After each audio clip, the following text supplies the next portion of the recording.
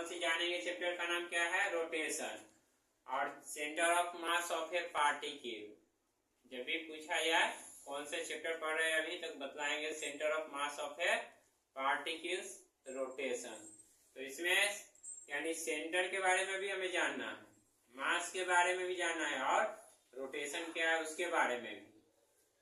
तो और बहुत से इसमें टॉपिक सब है, सीरियली बाय करके पढ़ेंगे यानी नंबर 1 2 करके। तो सबसे पहले हमें जान लेना है मास। तो मास जानते हैं क्या होता है?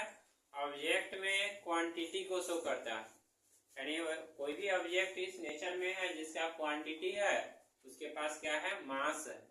ठीक है, जैसे ये है रखा हुआ, इसमें भी कुछ क्या है? इसका क्वांटिटी होगा, यानी 5 ग्राम का, 10 ग्राम का, तो इसका मास क्या हो गया? 5 ग्राम, है ना। 1 kg का होगा, एक बड़ा सा स्टोन ले लेंगे, स्टोन पीस, पत्थर का टुकड़ा, ठीक है, तो उसका क्या होगा? केजी में आ जाएगा, तो उसका मास क्या हो गया? केजी में हो गया। उसी मास के साथ सबसे पहले हमें जानना है रिजिड ऑब्जेक्ट के बारे में। ठीक है, रिजिड बॉडीज क्या है? तो रिजिड बॉडीज बोलते हैं हार्ड बॉडी, यानी हार्ड ऑब्जेक्ट, यानी वैसे ऑब्जेक्ट जो हार्ड होते हैं, ठीक है, वह रिजिड ऑब्जेक्ट होते हैं। लेकिन नेचर में कोई भी ऑब्जेक्ट वह रिजिड नहीं है, हार्ड नहीं है, ट्रूली हार्ड नहीं है। हार्ड बोलते हैं जैसे यहाँ पर है, ये एक स्टिक रखा हुआ है, तो ये क्या है? हार्ड है।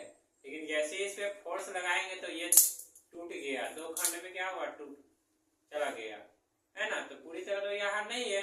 अगर पूरी तरह हार्ड होते तो क्या होते? ये टूटता नहीं। तो जैसे इस पे क्या हुआ? फोर्स थोड़ा सा लगाए तो ये क्या हुआ? टूट गया 2 खंड में। फिर इस पे फोर्स लगाएंगे फिर ये टूट जाएगा, है ना। तो हार्ड, ये ट्रूली हार्ड नहीं है, हार्ड है। अगर टच करते हैं तो ये हार्ड दिखाई देते हैं, लेकिन ट्रूली हार्ड नहीं है। तो सबसे पहले हमें लिख देना है रिजिड के बारे में, रिजिड ऑब्जेक्ट क्या है। ठीक है,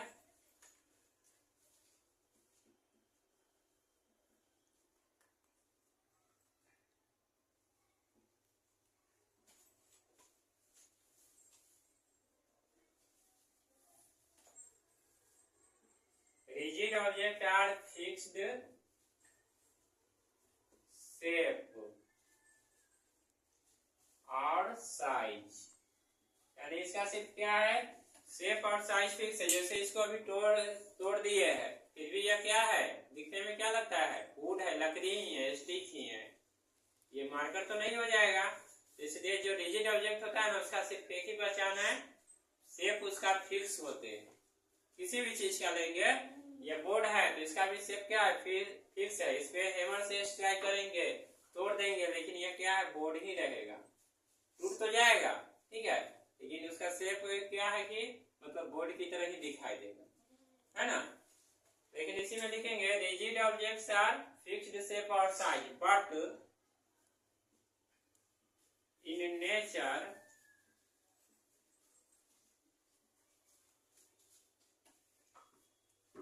not truly rigid object।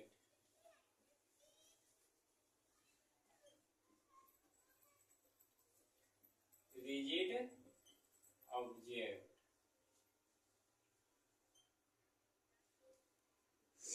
तो नेचर में क्या है कि कोई भी ऑब्जेक्ट पूरी तरह ट्रूली नहीं है, ठीक है, यानी वह सही नहीं है जो वह रिजिड ऑब्जेक्ट ही है, क्योंकि क्या हो रहा है? ब्रोकन हो रहा है उसका, है ना।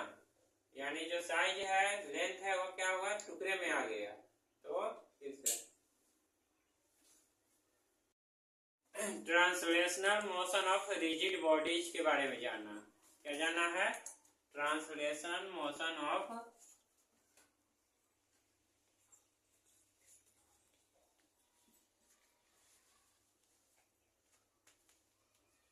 Translational motion of rigid body.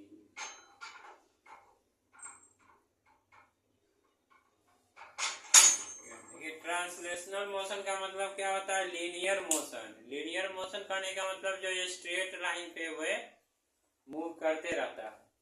जैसे ये है, अगर यहाँ से इसको छोड़ दे तो क्या होगा, ये धीरे धीरे मूव करके नीचे की तरफ आते जाएगा, है ना। अगर यहाँ को छोड़ देते हैं क्या होगा, सीधा आ गया, सीधा आ गया ना, तो यह क्या हो गया, ट्रांसलेशनल मोशन हो गया। ठीक है, अगर इस पर से लुढ़काएंगे तो सीधे नीचे की तरफ, जैसे स्कूल समय होता है, सीढ़ी बना होता है बच्चे को खेलने वाले हैं, तो एक बार गया स्लोप करके नीचे की तरफ आ गया, यानी इस तरफ से नीचे आ रहा है ना। वह होते हैं क्या है, ट्रांसलेशनल मोशन जो होते हैं, ठीक है, और रिजिड ऑब्जेक्ट के जो है पूरी तरह स्ट्रेट फॉर्म में होते हैं।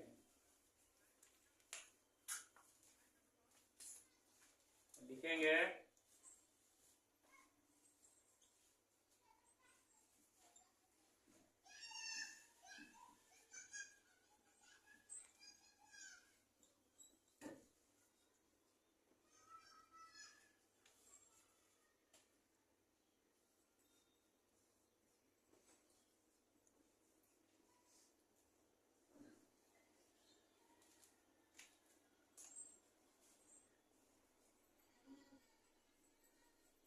Translational motion of rigid body is in motion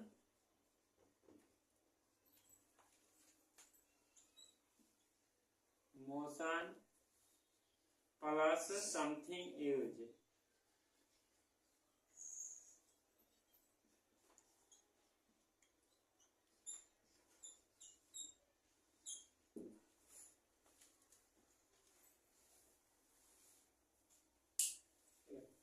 तो रिजिड ऑब्जेक्ट में सिर्फ हमें याद रखना है क्या है, फिक्स शेप होते हैं, इतना ही।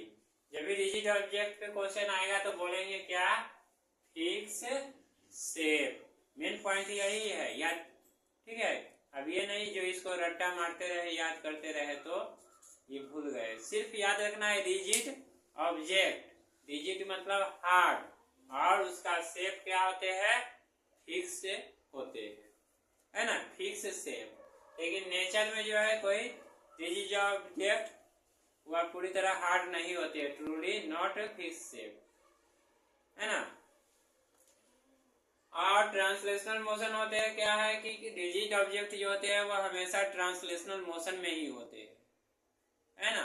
जब भी उसको मूव किया जाए तो वह एकदम स्ट्रेट आएगा, पूरी तरह सीधा आएगा, ठीक है।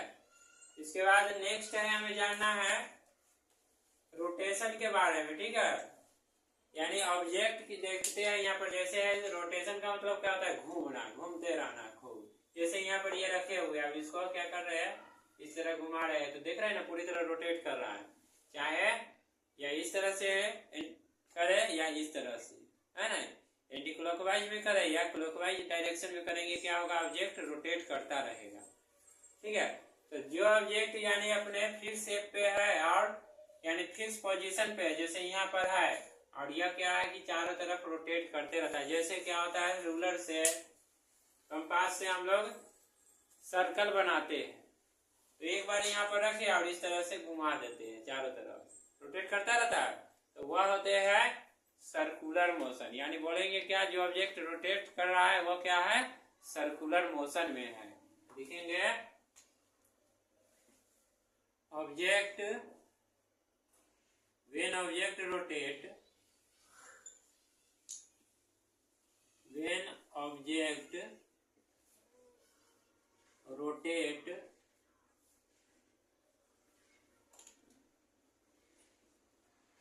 it is circular motion, it is in circular motion।